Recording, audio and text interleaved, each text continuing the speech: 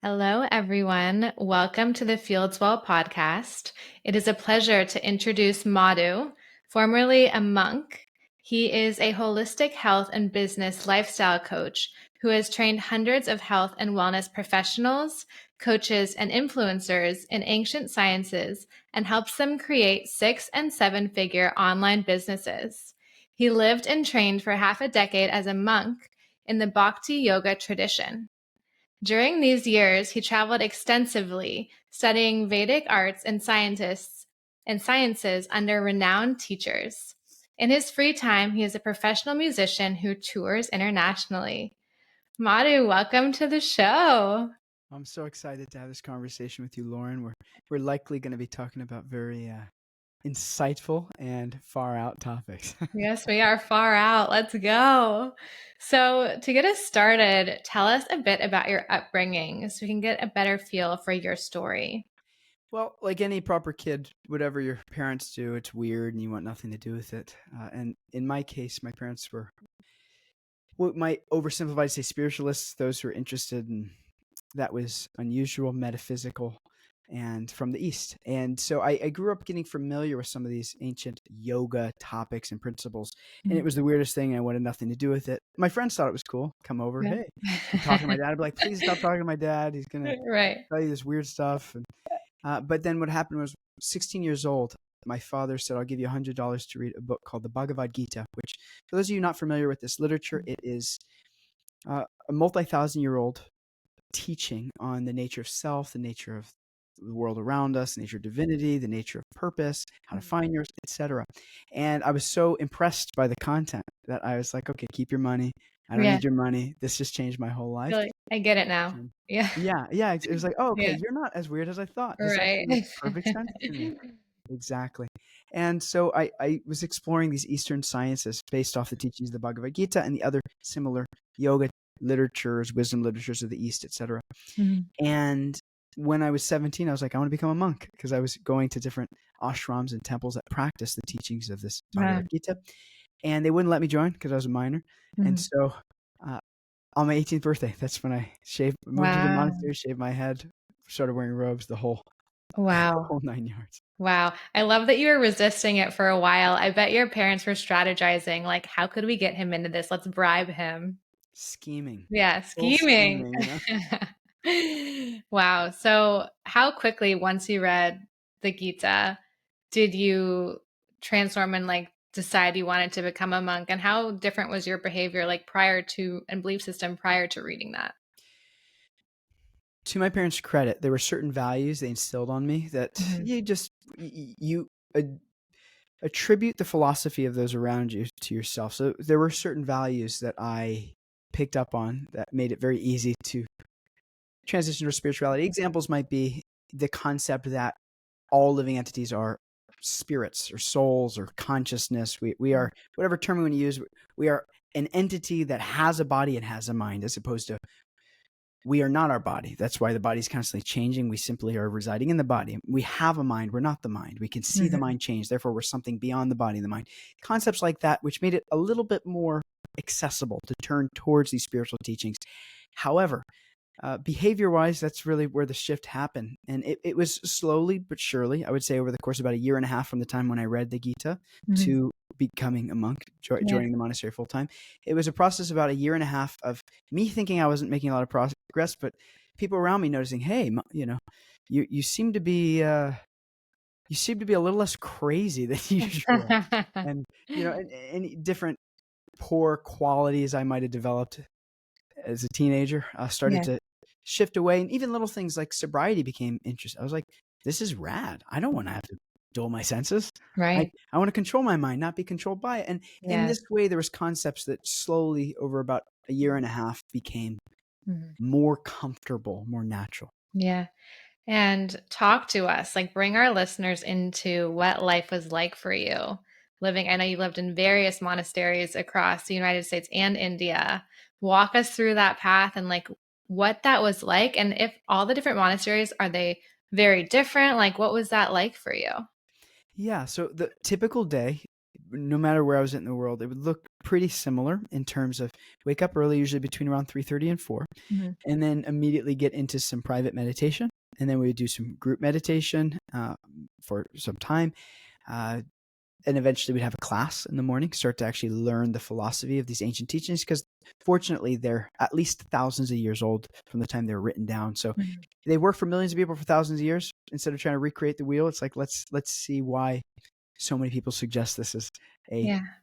easier way to live life. And Mhm. so spend some time learning, at least an hour, hour and a half.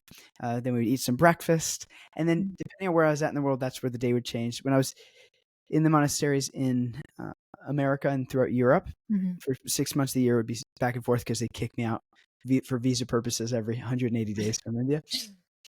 It was some service. So we would go to Okay. universities to teach meditation. We would Yeah. go out and, share the books like the Bhagavad Gita to teach it to Mhm. others, or, everything from food for life, charitable experiences, tons of different quote unquote Yeah. services, ways in which Yeah. we're contributing, giving back the knowledge that we're learning. Yeah. And then my favorite part, lunch, and then some more service, and my second Yeah. favorite part, dinner. And in Yeah. this way, you're whooped by the end of the day. You would do a Yeah. little meditation in the evening, and then you repeat. And in India, it was more study based. So during the Okay. day, as opposed to service, which was Mhm. also there, was more knowledge acquisition at that point. And are you studying things like Buddhism, or what different teachings are you studying throughout the day? Yeah, so primarily based off what we call the Vedic literature. So Mm. in Sanskrit, there's a term Veda, which literally means knowledge. And Okay. similarly in English, we have the science of, or ology, that we add to the end of the topic to say the Mhm. study of something. We would add the word Veda, which means the knowledge of a particular topic. Okay. So these ancient Vedas are the oldest written literatures that we know of in the world. They're the oldest one, called the Rig Veda. Mhm. I actually remember watching this on Discovery Channel when I was like maybe 12 or something. Like, Yeah. that's cool. I think that's what my parents are into. And so it's these multi-thousand-year-old literatures which teach again on the nature of self, divinity, and the world around us, the interconnectedness of them all, Yeah. and then how we can optimally achieve what we call our dharma, or our purpose, the way in which we utilize our gifts Mm. within this world. So these ancient teachings, they're not sectarian or religious, like, say, Okay. That's what I was wondering. yeah, Yeah. like the study of, say, Buddhists, and like you would learn in a Buddhist monastery, specifically today, the Mm. Mahayana Buddhism practice, or say with Franciscan monkhood, where it's very much connected to a religious structure.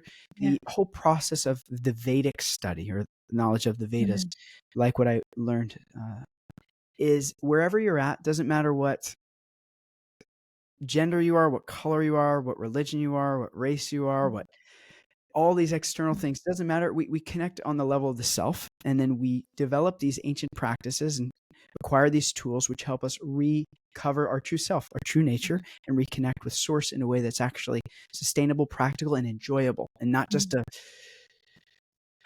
a tough spiritual practice, which there's a lot of those out there where it's just you're pushing and sacrificing. No, it's like we want sustainability, which means how do I develop spiritual practices in a way that they're actually fun, enjoyable, and in Yeah. that way sustainable. Yeah. And how many other individuals were there with you, say, who were also living at the monasteries? Yeah, as little as 7 at some Okay. places, and as many as hundreds in Wow. others, Wow. So they're mostly in all so India. different. Yeah. Did you feel the experiences were very different wherever you went?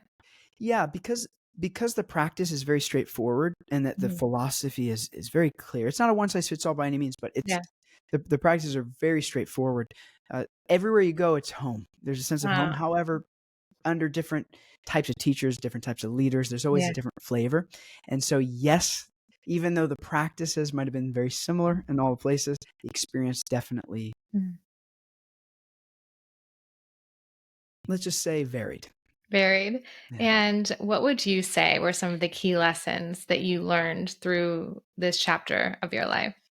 I would say there's two in particular that everyone can contemplate to make life a little easier. And one is the nature of service. And that means, how do I actually achieve what I want in my life? It's one answer, and it's one word, and it's serve.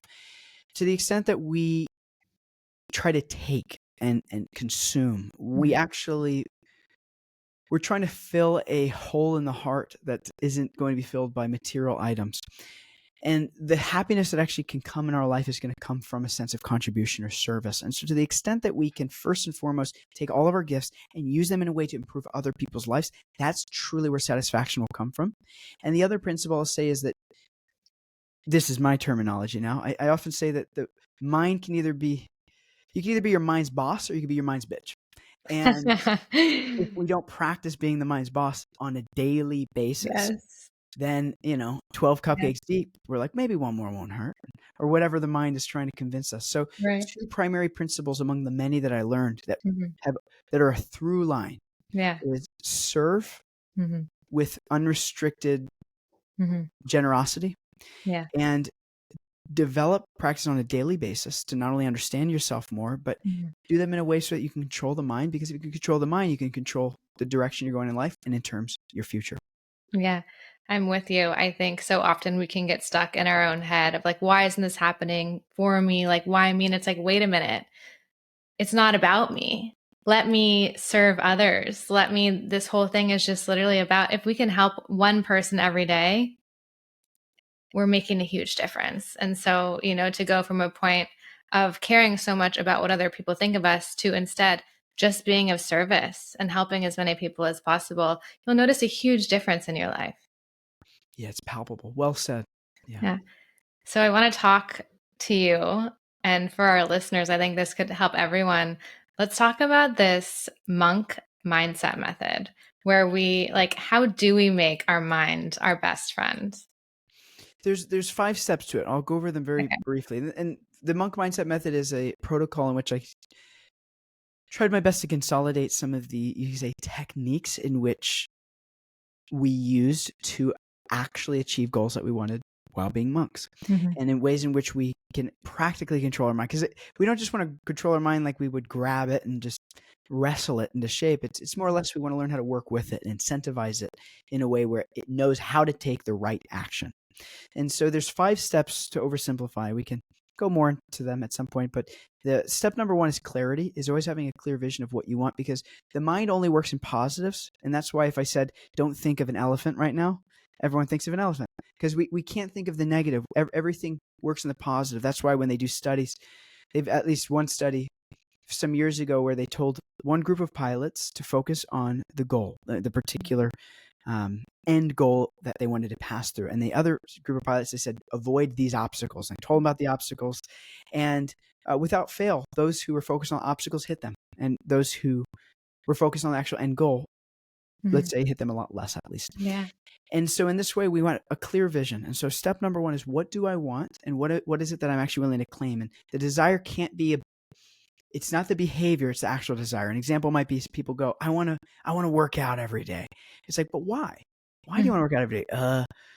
Because I want to feel strong. I want to look sexy. I want, like, whatever it might Yeah. be. We always want to go to the actual root desire and not the behavior. This is the mistake Okay. people make, is they go, I want to work out, and they wonder why they never do. It's because they don't want to work out. They want to feel good. They Right. want to look good. They Yeah. want to think good, etc. And so step number 1 is all about clarity. Mhm. Step number 2 from there is about the behaviors. Once you know the direction you want to go, the destination of your desires, we like to call it, is what behaviors can I commit to on a daily or weekly basis Mhm. that will guarantee me success in the thing I desire? Yeah.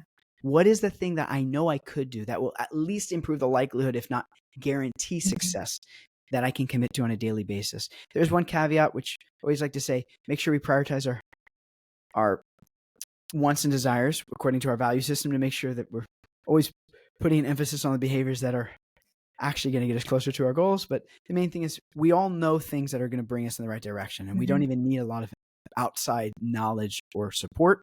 We just need to sit down and think of it Yeah. and not get distracted about what do I know will bring me in the right direction. Mhm.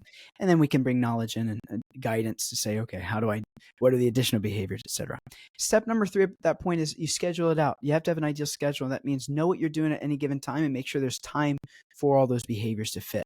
If we Mhm. just know what behaviors we're going to do and just hope they're going to manifest in our life magically, good luck. Yeah. And so we actually have to have a schedule. We call this ideal schedule.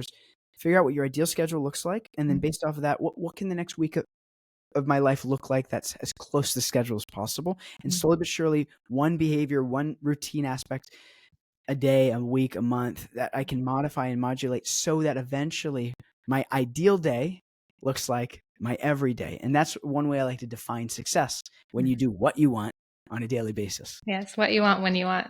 Yeah.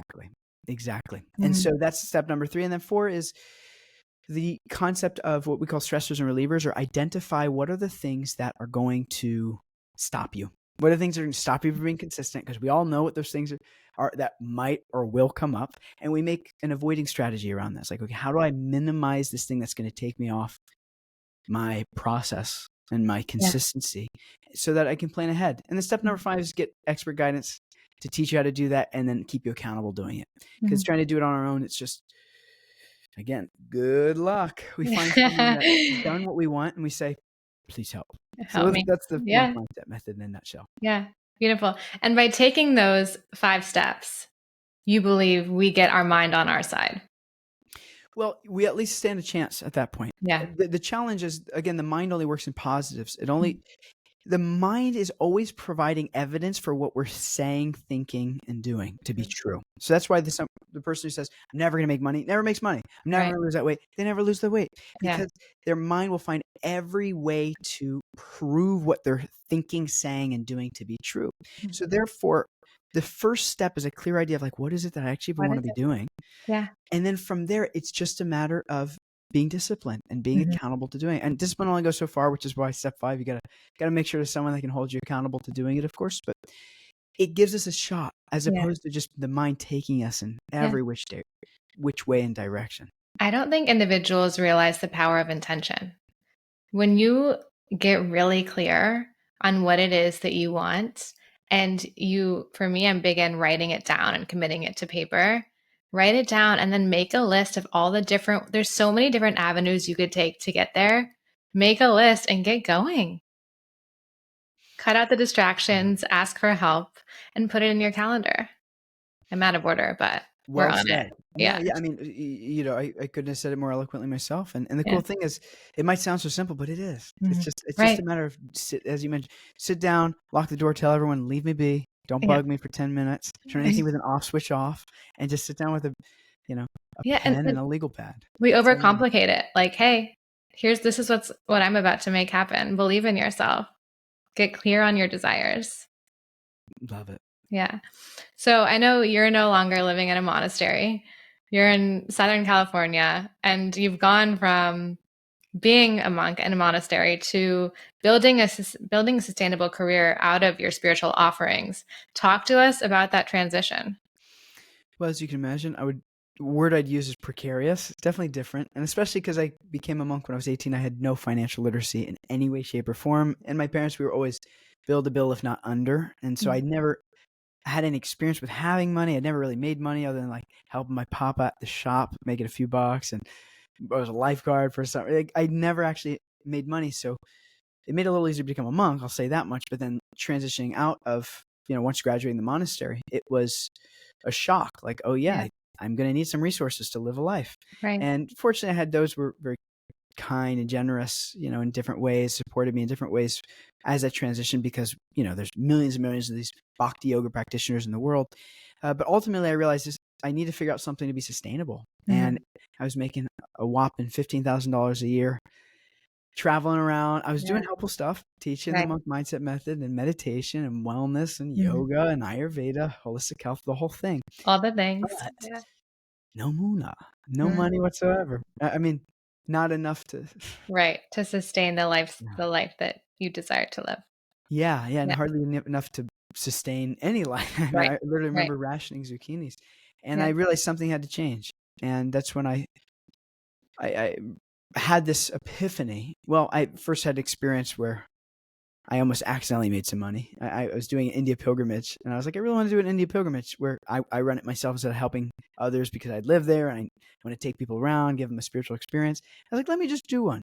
And it sold out. And for the first time in my life, I made more in what was 2 weeks of work than I had in the whole year prior. I made about $20,000 out of that. And it opened my mind to like, wait, money's easy to make. if you just learn how to do it. Just like meditation is easy if you know the right meditation. People go, I don't know how to meditate. I go, or I don't like meditation. I say, you just haven't tried the right meditation. It's the same thing with money or anything else with health. The health practices I learned called Ayurveda, and it's just it's the knowledge of how to do it, and then you just simply implement. And so that's when I spent a lot of time studying sales, marketing, finance, and really learning financial literacy in a way is to create a sustainable job, and that way I was able to make definitely more than $15,000 a year. Yes, That's for sure. yes.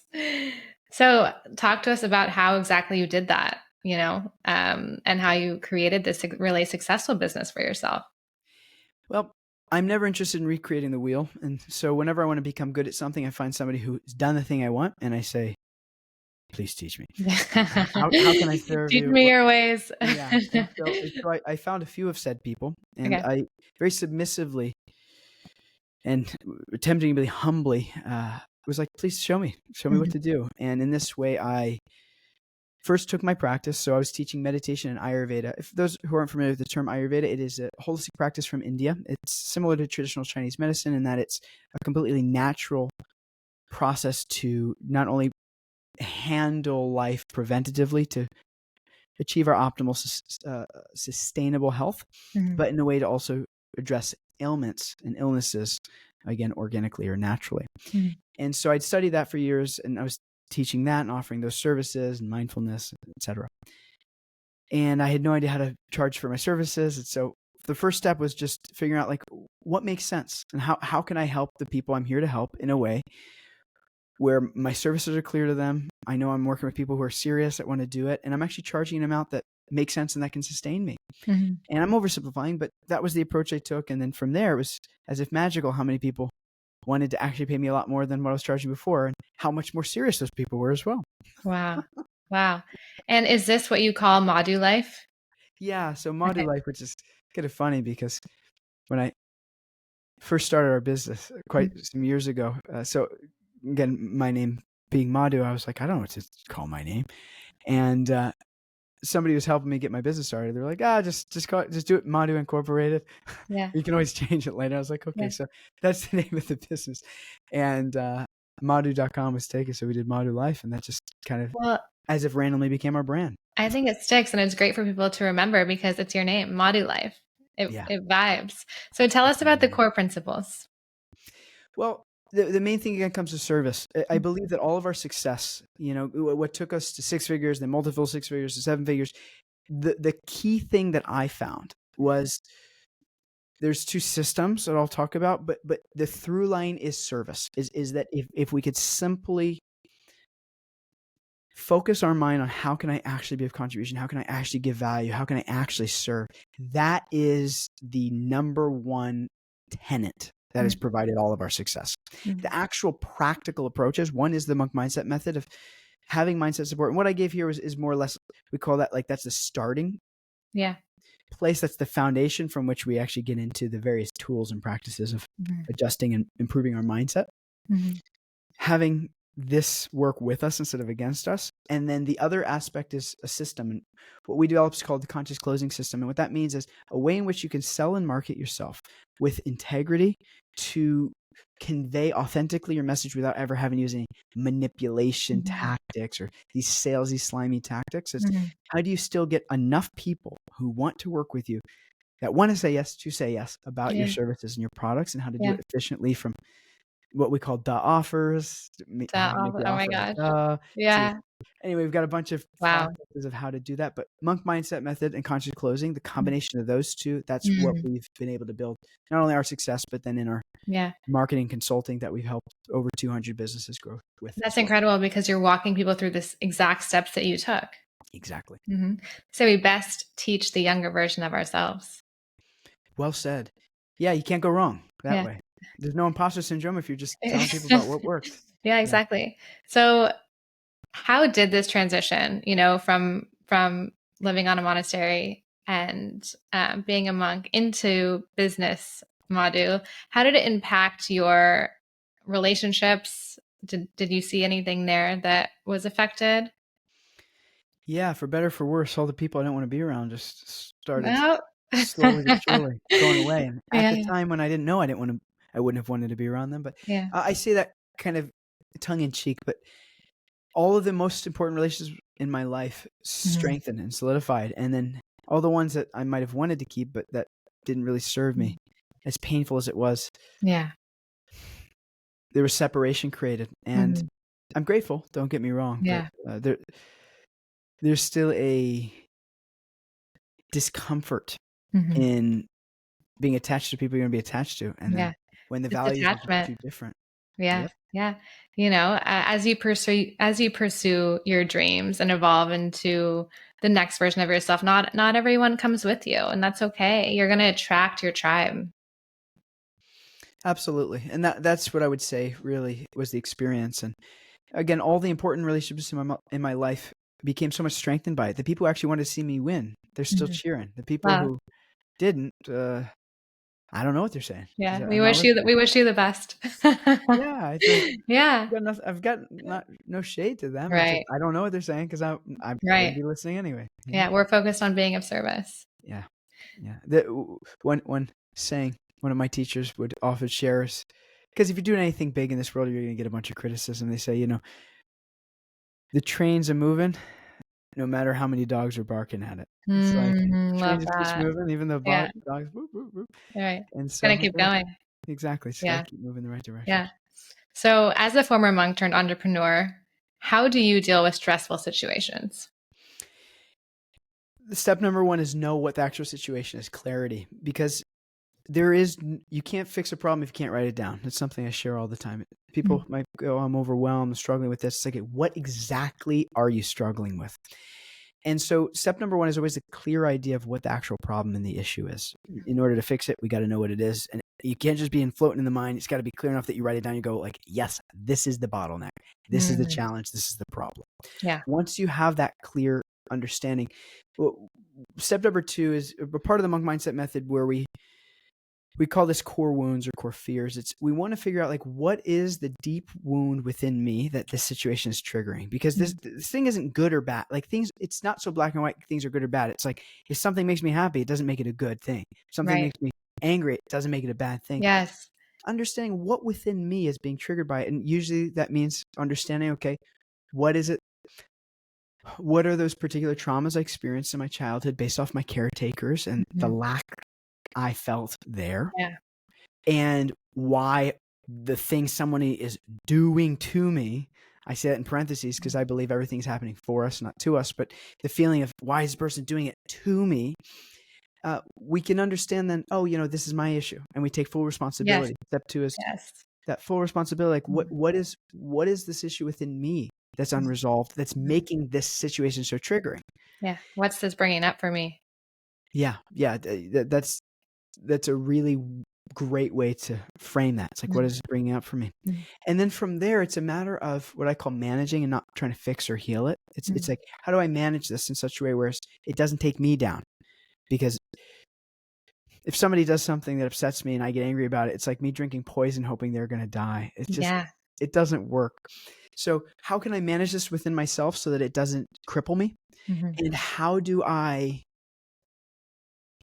continue to move in the direction that I need to be moving in, which again goes back to this first foundational aspects of the monk mindset method. How do I move in the direction I need to be moving in such a way that this thing, again, it doesn't stall my progress. I can work with it. And examples like if you break your arm, you don't just say, I hope it heals. I hope it heals. And you got to put it in a brace and you got to manage it so it doesn't get worse. Yeah. And then you can simultaneously work on the healing, but we got to work with it instead of just hoping I can just one and done fix. It's like this might be around for a couple of years, couple of decades until it gets fully resolved. So how do I work with it in a way it doesn't cripple me? And then the last step from there is we need a toolbox. We need things that we can do that are going to snap us out of that stressed mind, out of that, we call it uncord. So cord is that centered, aligned, whatever terminology we want to use. It's when you are your real self. That's not being pulled in all these negative emotional directions of anger, fear, sadness, etc. But like when I'm really myself, when I'm in my potential self, that cord self, what can I do to snap myself back there? And then how do I know when I'm being pulled out of it and being pulled into these less quality versions of myself? And what are the tools that I can enact that are going to snap me Yeah. out of it.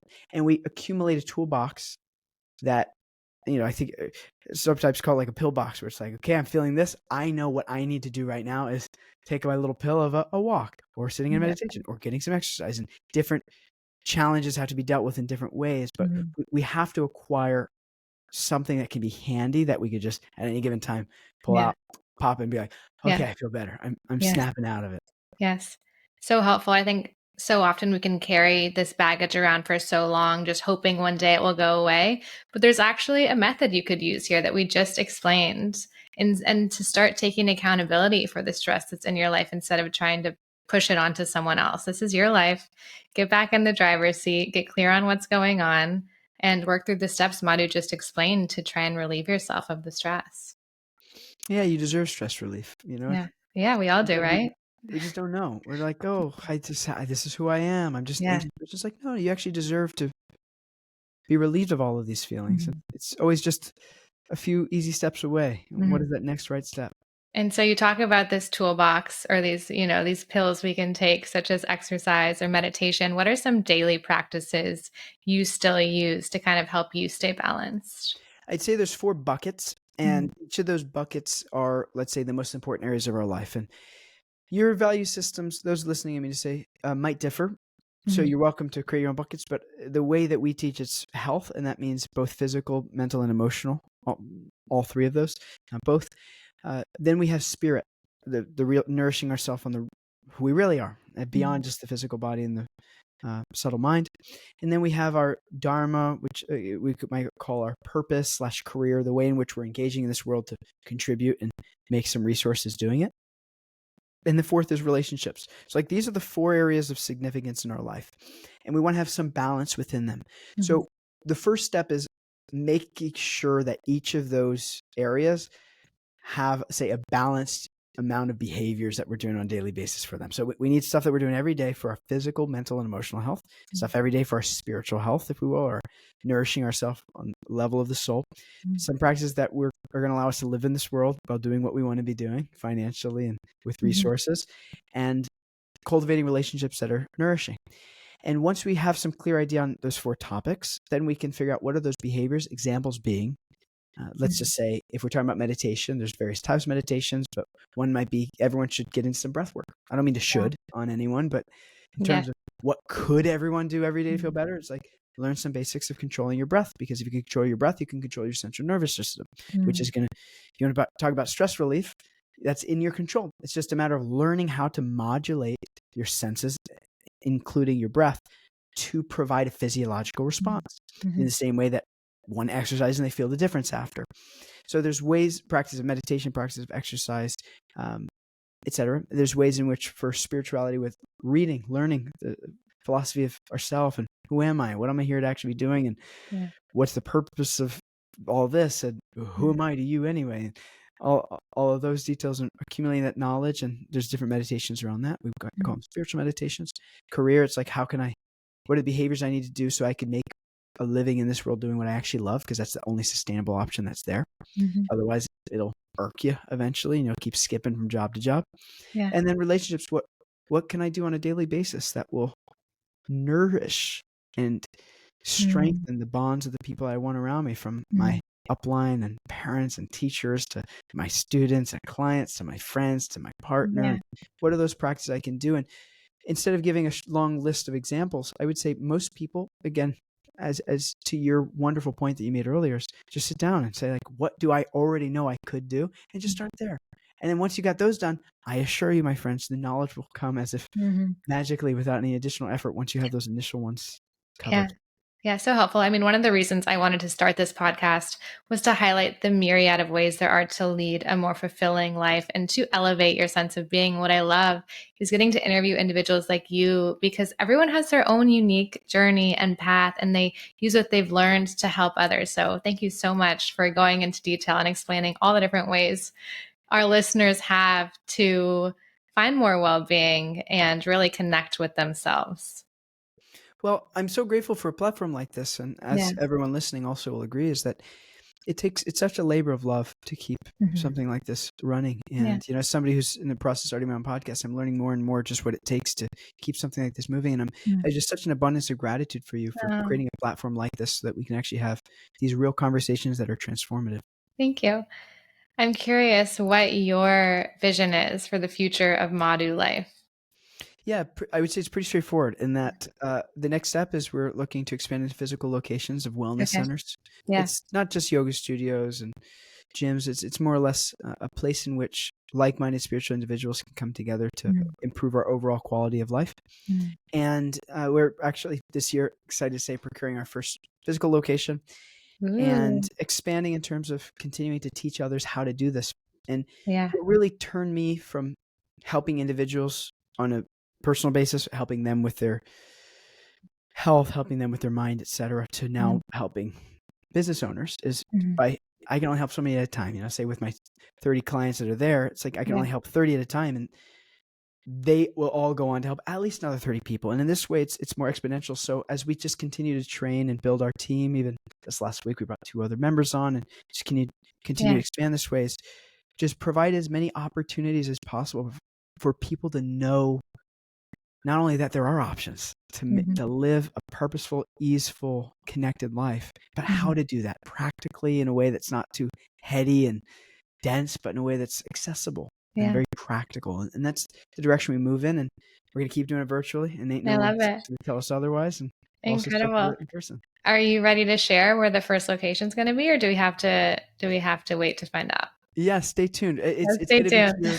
here. So we're in Laguna Beach, California, and I can tell you it'll be within about a 10-mile radius. Okay. But, amazing. Once we procure the actual spot on our next conversation. Beautiful. I mean, hey, that means I can drive up. So that's really exciting for me. Oh, come on. You'll be one of our special guests. Cool. I'll be a special guest. We can do an on-site podcast, video podcast recording. I love it.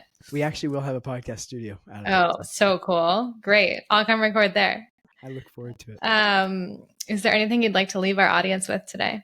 Yeah, know that there's always hope. The mind wants to convince us we're hope. There's not me. Maybe it might work for everyone else, but not me. I'm special. I'm the lost cause, or whatever it might be. And that might be more dramatic than what your mind says. But if you're ever feeling some version of that helplessness, or maybe it can't work for me, or maybe I'm just I can't do it, or whatever the case might be, just know there's always a chance, there's always hope, and there's always those that are willing to help. And we give all of our courses away for free. We sell implementation. We help people who don't want to do the marketing stuff. Like we show people how to improve their mindset for free. We show people how to improve their health for free. We show people how to grow their business for free, etc.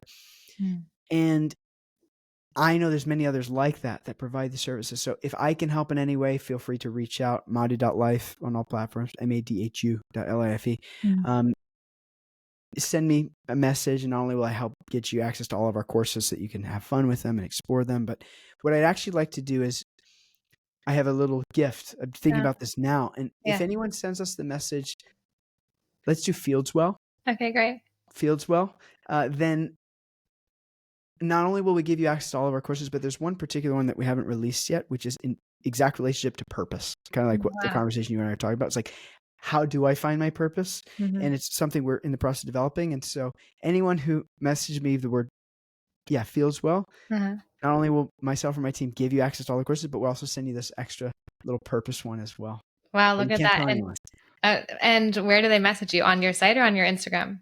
All of the above. So any platform you find us, our site is madhu.life, madhu.life, or that's our socials on Insta, on Facebook, LinkedIn, etc. You send us messages anywhere, myself or my team will immediately, as long as we see the word Fieldswell, we'll know to send you not only access to that, but as well as the special little gift as well. Amazing. Thank you so much. I'll add that to the show notes.